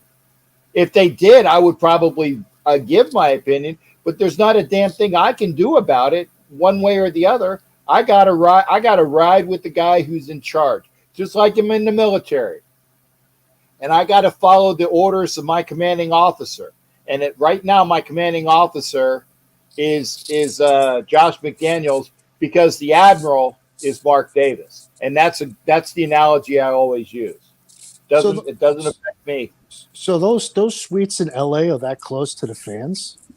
Yeah. So I was there. I went to that game, and it was first of all the stadium is pretty. It looks nice. but it's a fucking nightmare. shithole nightmare trying to Yeah. walk around the stadium. It's garbage inside. The way that it is, it's more about the architecture. It's not about whether or not it's serviceable. It So looks like it's poorly it's in, to constructed. get but, and the It way is. to get to where they are, it's tough to get back there, right? So actually, I did get back there where the owners suite and everything walked through there. I was able to get through that way when I was walking through. However, when you walk in front of it, the aisles, the owners here, and the boxes are there. The VIP boxes and all the owner boxes are right there, and right below them is a walkway, and that's where the lower tier seats are. So people That's walking bad. could walk Yeah. up and they can see you up. It's up a little ways. You know, it's up. You have to look up at the person. They can't reach on them and grab them or touch them, but they're close enough Right. where they can have a conversation right there. That's bad. That should not happen. That should never been built that way. I mean, who makes Oh suites yeah, like that? You know? the stadium. Like I said, it looks like a work of art. When you look at it, it looks like Yeah. wow, this is pretty cool. Just like some art that you look at it and you're like, some people will say, "What's that pile of shit?" and somebody say that's art. You know, that's what Yeah. it is. Yeah. It's a pile of shit. That's art. But to navigate your way around the stadium, to walk around the stadium, I Yeah. mean, it was a nightmare. It's like Texas Stadium. You think that you're going to a certain spot, and you would think, okay, well, if I'm in 125 and I'm at 120 right now, I'm going to go to the right 5 to get to 125. It doesn't always work that way, because maybe at 123 you get a wall in front of you, Yeah. and it stops, and Mhm. you have to decipher how to go to extricate yourself in order to get back to an area where you can go to 125. It's like Jerry World in Dallas. Yeah. Same thing. When we were in Dallas with Hollywood and we actually Yeah. had to go from the bottom tier all the way up to the top, walk the fuck around, and then go down to get to our section. And by the way, I tried the ADA elevator, and I said, has there been somebody stopped while you here? He said, no, I've been here 20 minutes. I haven't seen the elevator open up. So I had to hoof down the stairs from the top tier of Jerry World just to get to my fucking seat. That's awful. It's just Yeah. awful. And another thing, I mean, Mark Davis, you got to fix this team, you know, in the future, because seeing these other teams come in your stadium, like the Steelers and the Packers, and like almost take over the stadium, it's embarrassing. It doesn't, Jimmy, it there's doesn't nothing- matter. He's getting the money for the only- tickets. So this is the thing. Also, first of all, I think somebody put in early in the comments, Kev. It's a vacation spot, right? It's a destination. Yeah, I know. And that's you can't stop it. And when Mark Davis could sit there and say what he wants to say about other teams' fans coming into this, the only color he cares about is green. Yeah. The money, they're making money Yeah, hand over fist, yeah. right? And they're addicted. It's addicting, right? So it's all about, as long as the bills are getting paid and the lights are staying on, we're packing the seats. He doesn't care what color your ass is when you're sitting in it, as long as he's getting that money, right? So that's the first thing. The second thing is winning cures all. If we start winning, other Yeah. fans are not going to want to come to our stadium and watch their team get their ass. They're not going to want to Right. load $500 Yeah. bucks a seat to get their ass whooped and then have to pay for the hotels and accommodations. That's the second thing. Third thing is Allegiant Stadium. It says it outside the stadium, right? Well, some people don't know this. Allegiant Airlines runs airline specials for teams that were playing their city, to fly from the city you're at to fly into Vegas. They're running specials on the weekends they're inviting other teams' fans. So Allegiant doesn't give a shit as long as there's asses in the seats too. And what they do, we'll help you get there. And they drop the prices of their flights, Las Vegas flights, when that team is playing against our team. So it's a lot of these factors working against, and people want to. I am a season ticket holder, all right, and people want to blame the season ticket holders for selling their tickets and who they're selling tickets and being greedy and being what. First of all, nobody's helping me pay for my PSLs when I had to do it. When they asked me for $17,000 for 2 seats, they're not giving me $3,500 plus a year for 2 seats, right? And that's fine. So I could do what I want. I try to run raffles. I try to sell to Raider fans before I sell to opposing fans. I try to find a way to circumvent the system to make sure that there's a Raider fan sitting there. I may do it a little bit differently than other people. However, when it comes down to it, it only matters. The Raiders don't care as long as we got asses in the seat. See, Because Packer fans buying beer, they're buying hot dogs, they're buying food, they're buying whatever they want to buy. They're buying it. And they're paying for it. And they don't care as long as they're making money. It's not about the fans. Being in Vegas has never been about the fans. It just sounds so wrong. I mean, it is. I mean, it's bad, man. You know, especially being a Raider fan, and you guys. Oh, it is. Well, you know, Jimmy, I will say this, and I will get you out on this. And Joker said it best. You have a quality product on the field. There will be people wearing silver and black in the stands. Because we're season ticket holders are the people that got the money for that as well. I paid for my PSLs. Joker paid for his PSLs. He paid for his season tickets on top of that. I paid for my season tickets on top of that. Okay. The point is, you get a quality product, there will be Raider fans there. Okay. Yeah. Until there's a quality product, you're putting your tickets up, and I do the same thing as Joker does. I try to find Raider fans to buy, like, for example, this weekend, I got my regular 2 season tickets. I got them up for sale, okay, because I moved over to for 4 seats at the 10-yard line front row. So I got to sell my tickets to try to get some of that back. And I hear crickets. I'm trying to sell to a Raiders fan, but the bottom line is they're on Ticketmaster. And I can give a flying fuck if they go to whoever, because at this point, I'd like to get some money for them. Well, it just looks like the majority of Raider fans have no faith in this team. And, you know, they figured, oh, why should I go watch a poor product? You know what? I tell you this much. I've traveled with the team. I enjoyed away games more than I enjoy home games now. I'm going to tell you. And if you really want to pack a stadium out. So I was in L.A. 2 weeks ago. The tailgate in LA for Raiders tailgating, the experience there, even losing the game the way we did, was terrible. But it was a great experience. If you want to know what it feels like to have a Raider tailgate, the only place you're going to find it now is in LA. That's the only Chargers game or Rams game. That, you know, it was a great experience. It was a great time. These are things that I think about. Bless you. Is this. First of all, if the Raiders want to make it about the fans, open the gates sooner and encourage tailgating. They don't realize that the tailgating before the game is part of the game experience. The game itself plays this much of the experience when I go to see a Raider game. Seeing people, the camaraderie, the partying, the drinking, the laughing, whatever, the eating. That's the big part of it, right? Yeah. So people get mixed up in it. A lot of people don't realize Raider Nation. Raider Nation is not the Raiders. The Raiders are the team that Raider Nation follows and cheers for, and we come together for. Raider Nation is the fans. Yeah. And the Raiders have it twisted, and they think it's all about the Raiders themselves. So what do? They cut the tailgating time. You can't come in as early as you did in Oakland and other stadiums even. When your game is over, get your ass in your car and get out of here. Do not set your grill up. There's no time for that. I didn't know that. They want you in. They want you out. And if you really want to feel like what it feels like to be with a $10 hooker, go to a Raider game and look what the Raiders do to you, because you become that's your interaction with a $10 hooker right there, because of the fact that get in, get out, give my $10, go ahead about your business. See you later. And that's what it feels like there as a fan. Who's doing that? You know, so the thing is, you want to sit there. Is Mark Davis doing that? I want. It's probably. I don't think Davis has much input of it as it does as the stadium commission. The stadium is going to decide, but they don't realize if you let people in earlier, traffic will thin out. It'd be easier to get in and out. If you let people stay a little bit later, traffic will. You got everybody. The game starts at this time, so everybody's jamming into the parking lots and the side streets around. When the game's over, everybody's jamming to get out. So traffic is horrible. If you can walk to the game, walk to the game.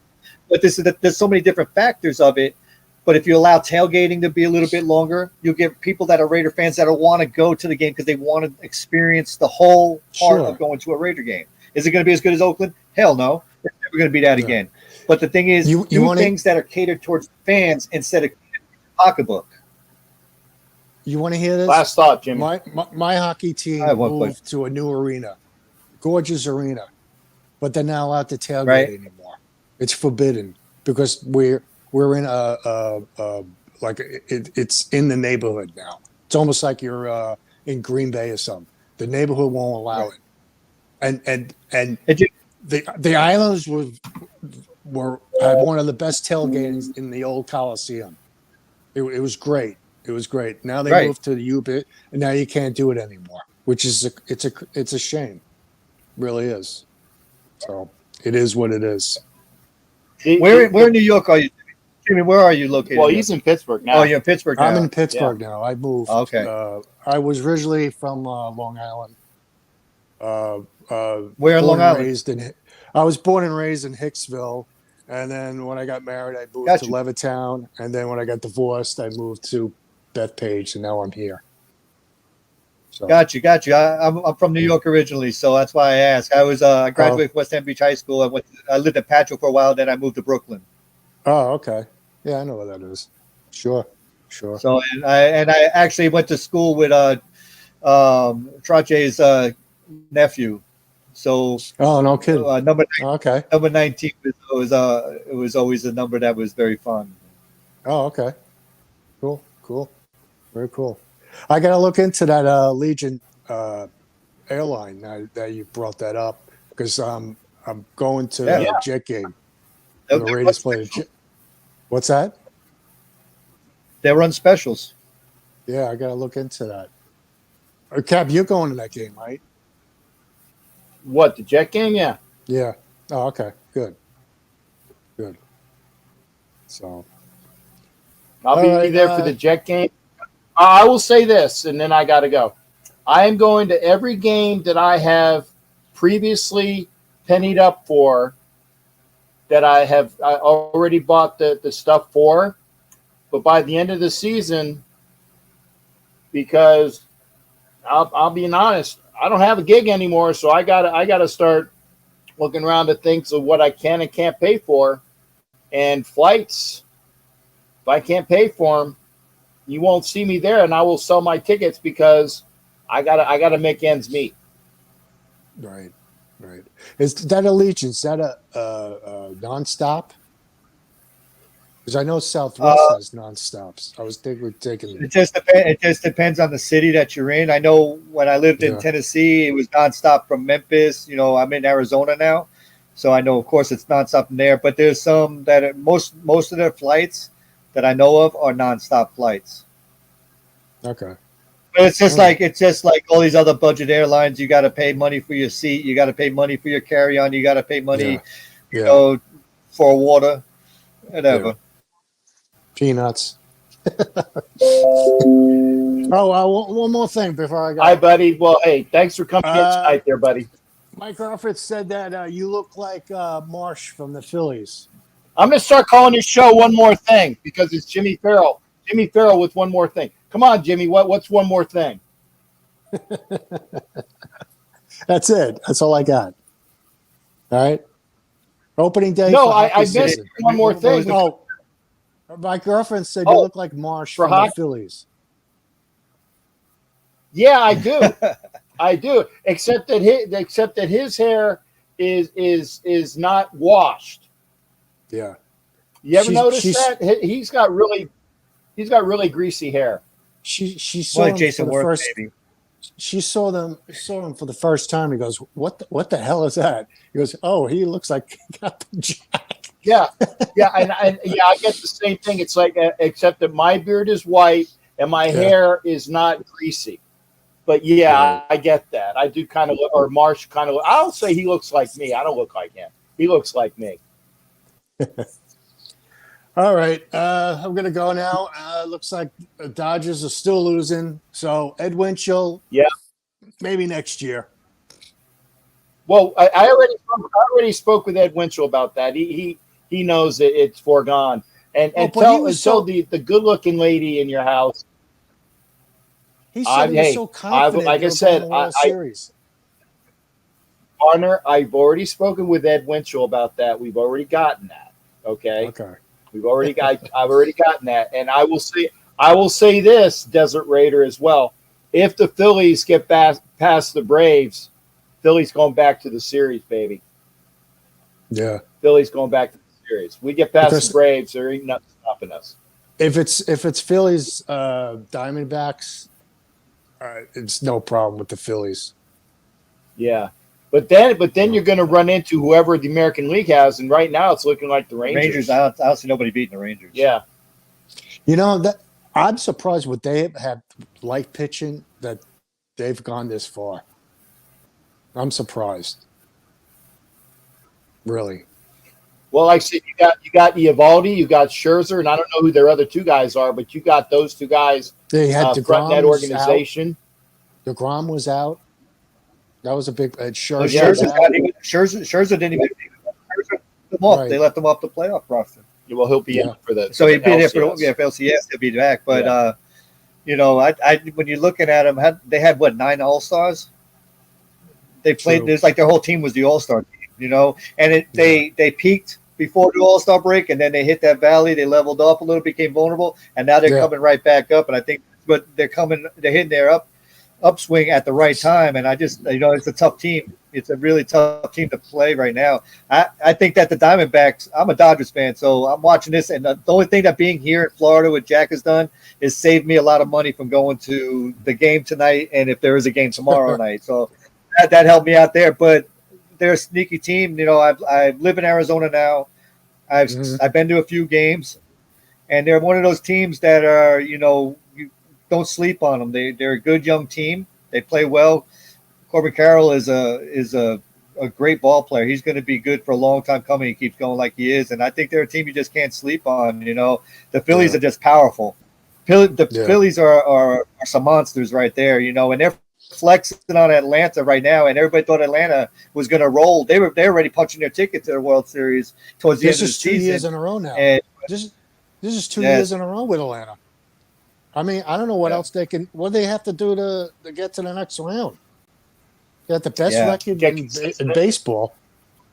Hey, And it doesn't matter what your record is in baseball. What your record is in October. Just like it's happened, the Rangers are hitting the upswing. The Braves are having that time off now. You know what I'm saying? Where it starts. They really. And look who the Texas Rangers manager is. That helps a lot. Bochy. Yeah. And their pitching coach is Mike Maddox. That helps a lot too. And I hope Hal Steinbrenner. I hope you're watching what you're supposed to be doing to build a team. Okay, this is how you get a team in the playoffs. I hope you're watching this. You and Cashman too. Okay. Well, you want to take that one? You're a Dodgers fan. So. I think it's a thing where the Yankees, they're not cultivating their farm system. And the old way of Yankee way is always, hey, throw money at it, throw money at it. It doesn't work anymore. If you look at what the Diamondbacks are doing right now. A lot of these players are homegrown. As a Dodger fan, I could say, the Dodgers throw money at people, but they also have some of the most desirable players in their farm system. Yeah, but that they can know trade what? Towards the end of the season, they started bringing up the kids, and they started playing really well. I mean, they have somewhat of a good farm system. It's guys like Carl Stanton, who's a bust, and you can't get rid of him for a bag of balls. You overpaid him. Well, he's also fragile, and he's fragile now. He's fragile. He's fragile. And Jimmy, if I don't shut you up now, I'm going to roll past 2 hours. Okay. Okay. All right. I ain't doing it. No, I know. I understand. Take care, bud. All right. And again, Later. give my best to your missus. I will. Take care. All right. Bye-bye. All right. And I love Jimmy Farrell, but it's like I got to give him the hook. I got to give him the hook. Besides, because I do want to have some quality time here with Joker Raider. He's got about 5 minutes to just just talk about whatever the hell he wants to talk about. Again, I will do this for him. JR60 Brands. JR60 Brands, fantastic apparel. Make sure you're going there. The one time I'm not schwitzing going to smackapparel.com to get 10% off with Captain Jack as your moniker there. JR60 Brands, correct? That's right. There you go.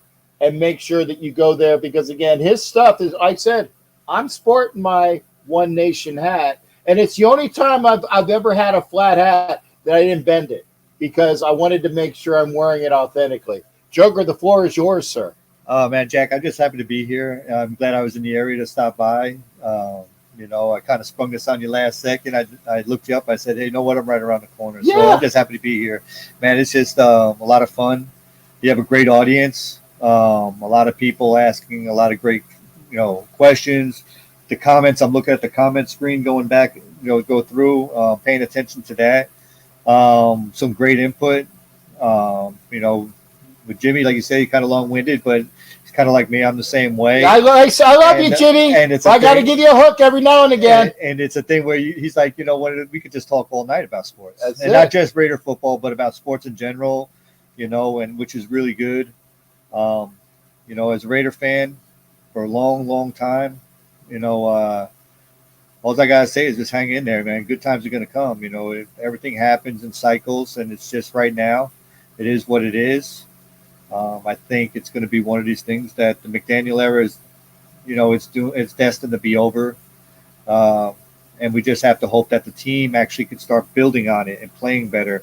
I think one glimmer of hope is the defense, which we beat up and talked so bad about over the years, being the cause of a lot of our pains and suffering for last-minute losses, is actually looking pretty good and gelling together. You got to give them credit, The quarterback situation, it's tough, man. We used to be a team that'd be known for the long ball, and the long ball is just not in our repertoire anymore. It's just not there. We don't have a deep threat as far as a quarterback goes. We have some receivers that are deep threats. It's just a tough situation. We just have to hope for the best for the rest of the season. We always want to see the team win, no matter what. That's the one thing that brings us all together. We complain about the coach, we complain about the quarterback, we complain about the defense, but at the end of the day, if we get that W, Thanos said it best that it don't matter. Winning ugly is a win, right? She may be a 5 with the lights off, but you turn the lights on, but you turn the lights off, she's a 10, right? That's right. It all feels the same, brother. That's just the way it is, and it's a lot better feeling some victories and experience some wins. Just as a fan, going to work the next day, just hanging out. So I definitely see some changes last week and the week before in our defense, and I think that's going to really possibly set the tone for the rest of the year, rest of the season. Yeah, and like I said, folks, I'm not a person that is you got to talk positively all the time. No, I'm a realist, but I'm also not a negative Nelly. Okay, I am a realist. I try to paint things the best way possible. And when it comes down to things that we got to say that this sucks, or this sucks, I'll do it. I will never wear a Fire McDaniels jersey because I think it's a bad look for as a fan to say that against your organization. That's just me. I mean, I can't do that. But I say you can have that opinion. It's all in how you express it. It's all in what you do. And that's why I said, I appreciate you being here. I mean, I had Mike Sarah on the last show. I was giving him a bunch of crap. I'm like, Mike, shut up, but it's like brotherly shut up. Okay. Because you guys watch me and I appreciate that. And I'm glad that he did that. Did we get Brian Burns for Hunter? I don't know right away. I was going to say that, I've been doing shows for the last couple hours. Brian Burns, the edge rusher that used to play from Florida State, if I'm not mistaken. That'll be a fantastic get because we definitely need some help on defense. But actually, we keep saying that, and our offense needs a lot of work too. But if that's what they were shopping Burns for Renfro, possibly so. I got to shut up because I got to do my outro. And then I got to spend time with my guests. I got to spend time with, and I don't know what he's got to do because I know he's got to get out of here too. Thanks again, folks. Catch us tomorrow, 6:00 Eastern, NFL Nation Live, and then I'll have my show at 9. Thanks again, folks. Always enjoyed seeing you. The great, the one and only Joker Raider got a chance to hang out. I'm feeling all mushy inside. I love this, man. It's great. Take care, everybody. We'll see you on the next show.